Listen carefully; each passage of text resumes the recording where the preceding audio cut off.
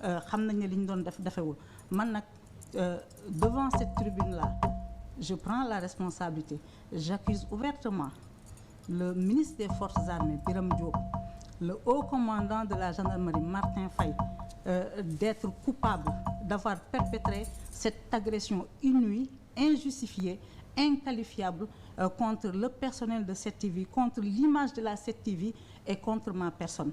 C'est une violence boo xam ne dinaa ko dénoncer fi ma ko war a dénoncer yépp le monde en sera informé. Toutes les institutions yi nga xam ne dañoo yor affaire droit de l'homme, affaire droit de la femme, affaire liberté d'expression dinaa leen informer de l'acte odieux du précédent dangereux bi nga xam ne moom la ñu perpétré fii le jeudi 2 janvier te mu commencé par une machination dans les réseaux sociaux une opération de saisie qui n'en est pas une, qui n'existe pas, c'est une procédure inachevée, c'est une affaire entre deux privés. Dañu ko politiser nag gannaaw ba ñu gendarmerie yónnee 75 hommes. Kan moo mën a mobiliser un escadron de gendarmerie? L'armée, c'est une organisation bien huilée. Loolu nag dafa am loxo bu diis boo xam ne moom moo leen yëkkati. Moo tax nag damay interpeller di accuser le ministre des Forces armées Birame Diop, le haut commandant de la gendarmerie Martin Faye. Ils sont responsables, ils sont les responsables moraux de cet acte bi nga xam ne dañoo jël gendarmerie associé ko à une forfaiture dont le seul objectif était de nous humilier, dont le seul objectif était de nous vilipender, dont le seul objectif était de toucher notre honneur et notre dignité. Je le dis et je profite de cette tribune-là.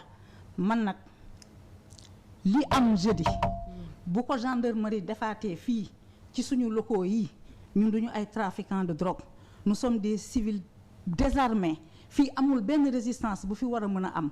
Il y a plus de centaines de cabinets d'huissiers yoo xam ne bu ñu bëggee def une opération légale dañuy daw derrière vous pendant 4 ans, pendant 4 mois pour avoir une assistance publique. Ngeen mën a xëy entre le 31 décembre et le 2 janvier 2025 ngeen mobiliser 75 gendarmes ñu ñëw. Ce jour-là, vous avez démontré une face hideuse de la démocratie sénégalaise. Ndax média fii c'est un lieu sacré, c'est une noble place du journalisme. Kenn warul ñëw di désacraliser li nga xam ne moom mooy suñu honneur. Nous sommes des justiciables. Bu ñu defee lu ñu warul def dañuy teg ci yoon. Waaye man mënuma comprendre gendarmerie bi nga xam ne sa responsabilité c'est de veiller à l'application des lois et règlements.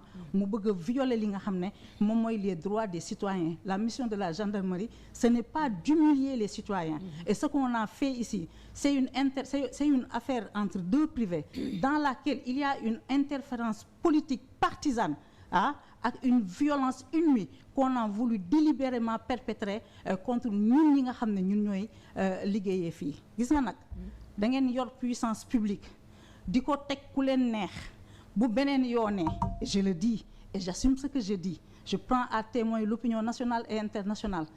À cette violence-là, je vous opposerai mon honneur et ma dignité.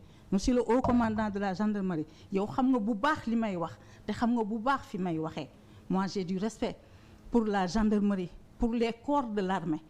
Kenn mosuma dégg ma di leen di dingat fu ma toll dama leen di jaajëfal ndax xam naa yéenay kan, je sais ce que vous valez, mais mënuma comprendre ñu jox la puso nga bëgg puso bi réer ci sa loxo. Mënuma comprendre nga nekk di mobiliser 75 gendarmes pour ñëw di ñu xokkatal ci loo xam ne ña leen ko defloo dañ leen manipuler te manipulation boobu nag amana da ngeen ci tomber à tort ou à raison.